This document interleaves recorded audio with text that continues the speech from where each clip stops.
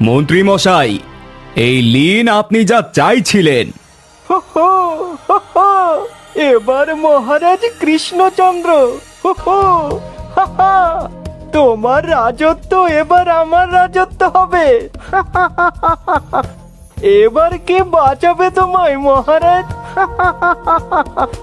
খুব সাবধানে মন্ত্রী মশাই, এটা খুব সাবধানে ব্যবহার করবেন। একটু ভুল হলেই। চুপ করো তো, আমাকে শিখিও না, আমি চলি। তুমিও এবার মানে মানে কেটে পড়ো, বুঝলে? লেকিন হামারা রুপিয়া। রাজা হয়ে নেই, তখনই পাবে।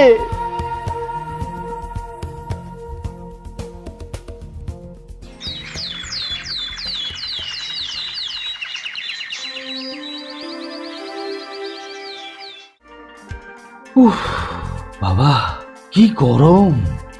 এই গরমে কাজ করা যায় নাকি? তপ্ত রোদের দহন শেষে ঘামে ভেজে ক্লান্ত কায়া, নদীর তীরে শীতল হাওয়ায় জুড়োয় প্রাণ, মেলে মায়া। পূর্ণিমার চাঁদের আলোয় মুছে গরমের কালো ছায়া। ওহ, এই কবিটা আর শুধরালো না। এই বাজ পড়া গরমেও কবিতা ওড়াচ্ছে। আহা, রাগ করেন কেন মন্ত্রীমশাই? না, রাগ করবো না তো। তোমাকে মাথায় তুলে ধেই ধেই করে নাচবো। আহ, তোমরা কি থামবে? মহারাজ, কবির কবিতা থেকে একটা বুদ্ধি আমার মাথায় এসেছে। কি বুদ্ধি গোপাল? মহারাজ, যদি এই গরমে হাতে গরম কোথাও থেকে কদিনের জন্য বনভোজন করে আসা যায়, তাহলেই আমাদের সবার শরীর মন চাঙ্গা হয়ে যাবে। এটা খুবই ভালো বুদ্ধি হবে মহারাজ। আমার গণনা ও আবহাওয়া পর্যালোচনা বলছে আগামী 3 সপ্তাহের মধ্যেই গ্রীষ্মকালীন বৃষ্টিপাত শুরু হবে। তবে তো এই মাঝের 3 সপ্তাহ যদি কোথাও থেকে ঘুরে আসা যায়, তবে শরীর মনও শান্তি পাবে আর গরমের হাত থেকেও রেহাই মিলবে। তা কোথা থেকে ঘুরে আসা যায় বলো তো? মহারাজ, আপনার নতুন বজরা তো তৈরি আছে, চলুন না, ওটাতে করেই কোথাও থেকে বেরিয়ে আসি। কিন্তু কোথায় যাওয়া যায় বলো তো? দেশে এত নদী নালা থাকতে ঘোরার জায়গার অভাব আছে? মহারাজ, বিজ্ঞানী যখন নৌবিহারের প্রস্তাব তুলল, তখন বিজ্ঞানী স্থান নির্বাচন করুক। ঠিক ঠিক ঠিক। হ্যাঁ বিজ্ঞানী, বলো তো কোথায় যাওয়া যেতে পারে? মহারাজ, আমরা বাকলায় ঘুরতে যেতে পারি। বাকলা মানে বরিশাল? হ্যাঁ মহারাজ, বরিশাল খুবই স্বাস্থ্যকর জায়গা। সেখানকার নদ নদী সমুদ্রের মতোই বিশাল, কিন্তু শান্ত। পরিবেশ খুবই মনোরম ও সুন্দর। গ্রীষ্মের দাবদাহে দগ্ধ তনু মহারাজ চলেন ভ্রমণে। সপারিষদ তরি থামান ঘাটে বসেন নদী সোপানে। সারাদিনের তপ্ত জ্বালা মুছে দেয় স্নিগ্ধ দক্ষিণা হাওয়া। আকাশের পূর্ণিমার চাঁদে মেলে পরম শান্তি পাওয়া। এই কবিটাকে নিয়ে হয়েছে যত জ্বালা। সবেতেই শুধু কবিতা আর কবিতা, কাজের কোনো কথাই নেই। আহা মন্ত্রীমশাই, রাগ করছেন কেন? আমি তো কবি, আমার কাজই কবিতা বলা। আহ মন্ত্রী, কবির উপর চেঁচানো বন্ধ করে কাজের কথায় আসো। মহারাজ, নৌবিহারের সবচেয়ে গুরুত্বপূর্ণ হলো ভ্রমণের পথ আর খাওয়া দাওয়া। পথ গন্তব্য তো ঠিক হলো, কিন্তু খাওয়া দাওয়ার বিষয়ে কি করা যায়? যা চেয়েছিলাম তাই হচ্ছে। এবার কাজটা সেরে ফেলি। মহারাজ, ওই খাওয়া দাওয়ার কথাই বলি। খাবারের স্বাদ সবচেয়ে বেশি হয় ওই নিজেরা রান্না করে খেলে। ঠিক বলেছেন মন্ত্রীমশাই। কিন্তু আমরা যদি সব সময় রান্নাই করি, তবে ভ্রমণ উপভোগ করব কখন?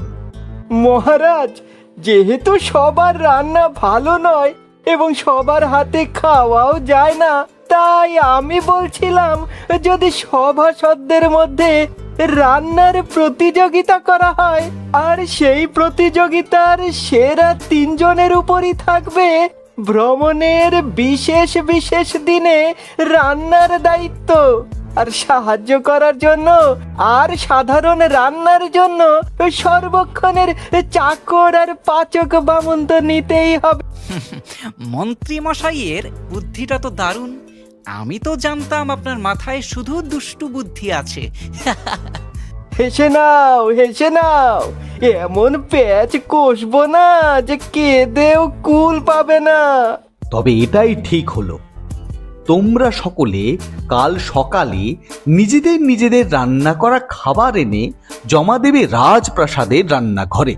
মহারাজ, আমার একটা প্রস্তাব আছে। মহারাজ, এই সভায় আমরা সকলে সকলের সাথে মিলেই কাজ করি। যদি প্রকাশ্যেই বিচার হয় তবে একে অপরের মন রাখতে সত্য গোপন করতেই পারে। ঠিক ঠিক, কিন্তু এর সমাধান কি মন্ত্রী? খুবই সহজ সমাধান মহারাজ। আগামীকাল সকালে সবাই পাকশালার পাশের ঘরে একে একে নিজেদের তৈরি খাবার রেখে আসবে, এবং কে কি এনেছে তা কাউকে বলতে পারবে না। এর সব খাবার রাখা শেষ হলে আমাদের পাচক সেগুলো একই রকম দেখতে পাত্রে সাজিয়ে রেখে আসবে।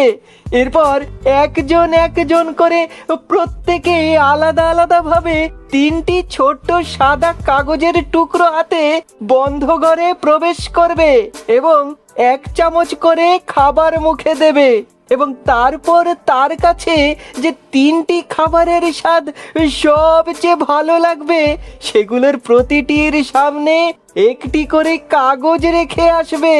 সবার খাদ্য বিচার শেষ হলে যে 3টি খাবারের সামনে সবচেয়ে বেশি কাগজের টুকরো পাওয়া যাবে সেই 3টি খাবার যারা এনেছে তাদের বিজয়ী ঘোষণা করা হবে। দারুণ উপায় মন্ত্রী। কিন্তু একটা ছোট্ট সমস্যা রয়ে গেছে মহারাজ। কি সমস্যা গোপাল? মন্ত্রী মশাই ভেবেছেন খুব ভালো, তবে সমস্যা হলো যদি কাউকেই না বলি তবে কে কি রেঁধেছে তা বিচারের পর কিভাবে বোঝা যাবে? তাই তো, কিন্তু এর সমাধান কি? আর গোপনীয়তা লঙ্ঘন করলে তো বিচারও সঠিক হবে না। এটাও সমাধান হয় মহারাজ। কি সমাধান গোপাল? আমরা যদি খাবার জমা দেওয়ার আগে কে কি জমা দিচ্ছি তা একটা কাগজে লিখে বন্ধ খামে ভরে মহারাজের কাছে জমা দিই, তাহলেই তো সমস্যার সমাধান হয়। এরপর যে 3টে পদ বিজয়ী হবে সেই রান্না কে এনেছে তা খাম খুলে পদের নামের সাথে মিলিয়ে নিলেই হবে। খুব ভালো বুদ্ধি গোপাল। বেশ, তবে তাই হবে। এখন সবাই এসো, আর আগামীকাল সকালে খাবার আনতে ভুলো না যেন।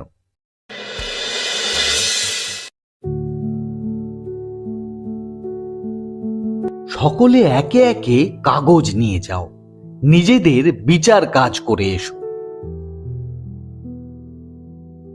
আমার কাছে এই বিচারের চূড়ান্ত ফলাফল এসেছে।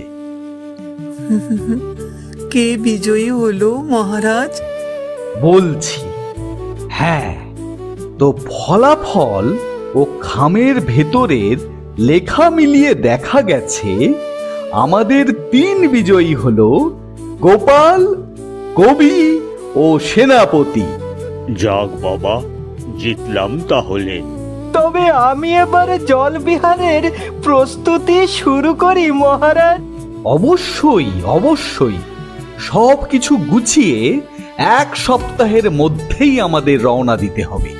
এই সাধু সাধু। তুমি ফিরলে? ফিরবো না তো কি রাস্তায় ধেই ধেই করে নাচবো? এভাবে কথা বলছো কেন? হ্যাঁ গো, কি হয়েছে তোমার? মেয়ে মানুষ এত প্রশ্ন কেন করছো? যাও চটপট আমার জন্য রান্না করে আনো। আর আমার গরম লাগছে, চটপট বাতাস করো আমায়। কি ব্যাপার, আমি কেন গিন্নির ওপর চেঁচালাম? আমার এত অস্থির লাগছে কেন? রাগী বা হচ্ছে কেন?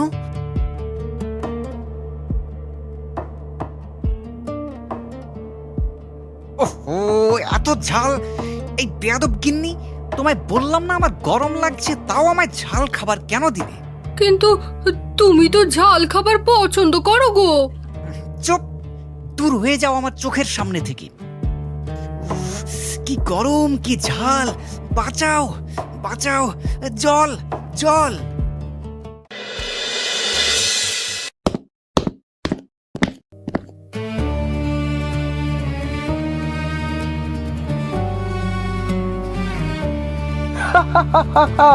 মহারাজ কৃষ্ণচন্দ্র, এবার তোমায় পেয়েছি। এবার তোমাকে লুটবো, আর তোমারই উত্তমর্ণ হয়ে বসে বসে টাকা গুনে যাব। তারপর হা হা হা হা।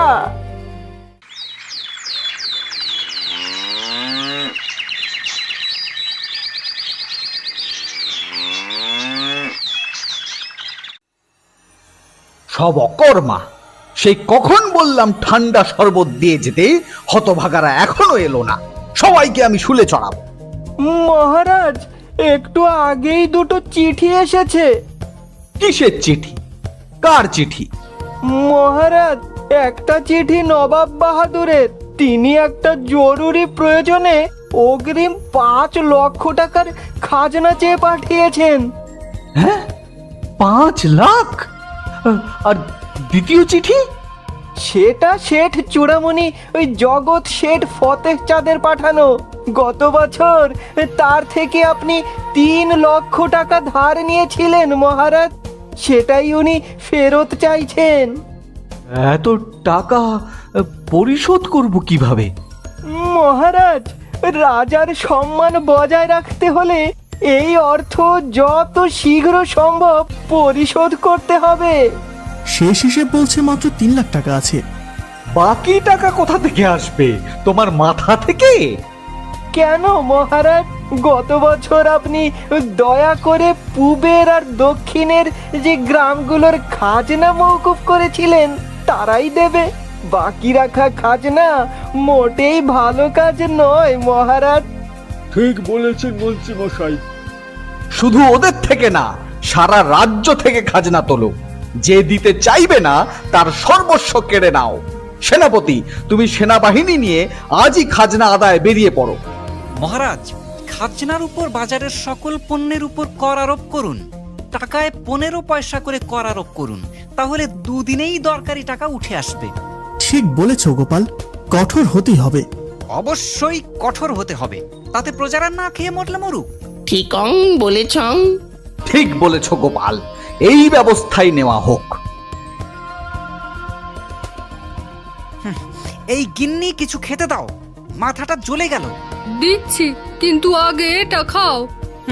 কি অখাদ্য এটা! তোমার কি হয়েছে বলো তো? সেই কাল থেকে প্রচন্ড রেগে আছো, ধমকাচ্ছ। তুমি অসুস্থ হওনি তো? চুপ! এটা কি সেটা বলো। এটা কাঁচা আমের শরবত। যাক, খেয়ে দেখি। ওয়াক, ওয়াক, ওয়াক, ওয়াক, ওয়াক। ও, কি হলো তোমার? আমি কোথায়? ওগো, তুমি তোমার ঘরে। কিন্তু কিন্তু কিন্তু আজ কি কি হয়েছে? খাজনা, খাজনা, জগৎ শেঠ, নবাব, কিন্তু কিন্তু সেনাপতি, সর্বনাশ!